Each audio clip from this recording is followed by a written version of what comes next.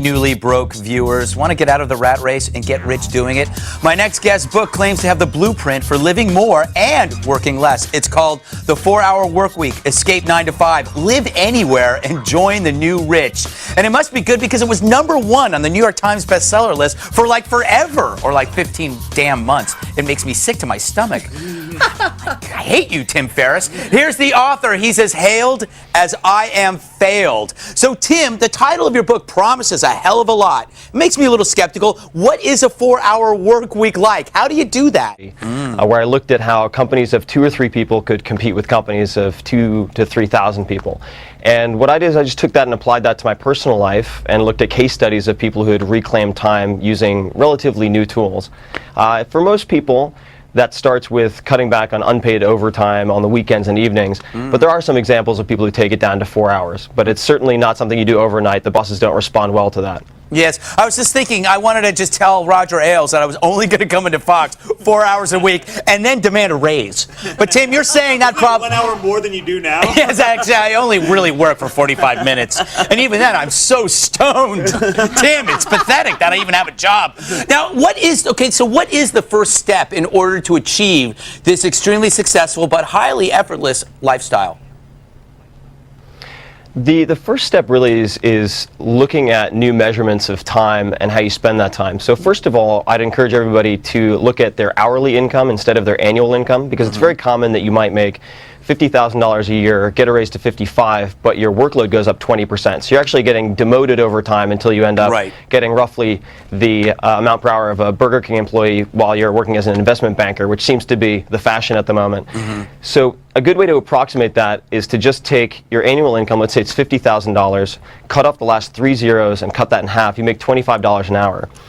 So at that point, if you can go to, let's say, Ask Sunday, there's a company called Ask Sunday that will route your calls from a New York number to India, and let's just suppose that you're a single mother and your son wants the hot new toy of the season. Of course you are, like the Tickle Me Elmo.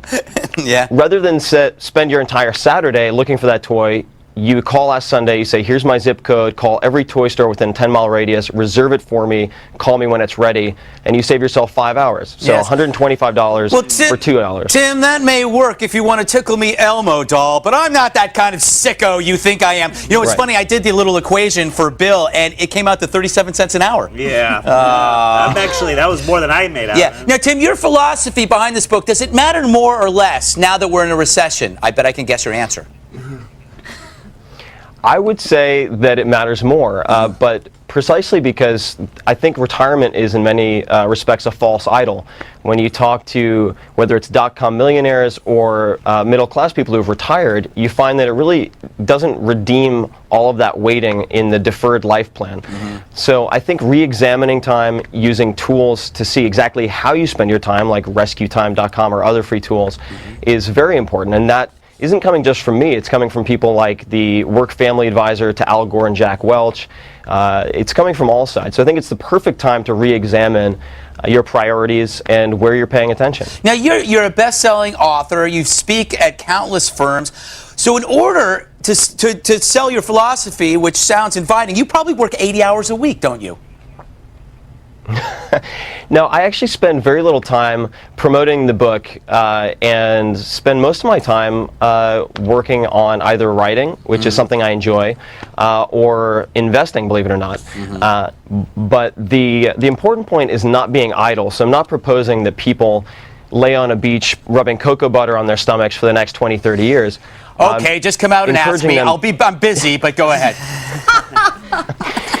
Is to simply reclaim their time, which is a non-renewable resource, unlike income, and then to apply it to the things that are important to them. Okay. Now, I read you were working on a pilot for the History Channel. You're plotting to break a land speed record. You're training for a triathlon. You're planning a flamenco dancing trip to Madrid. Where do you find time to perform open heart surgery? That's what I want to know. I'm working on open heart surgery, but I have short little hands, and they're not very good for reaching into the cavities.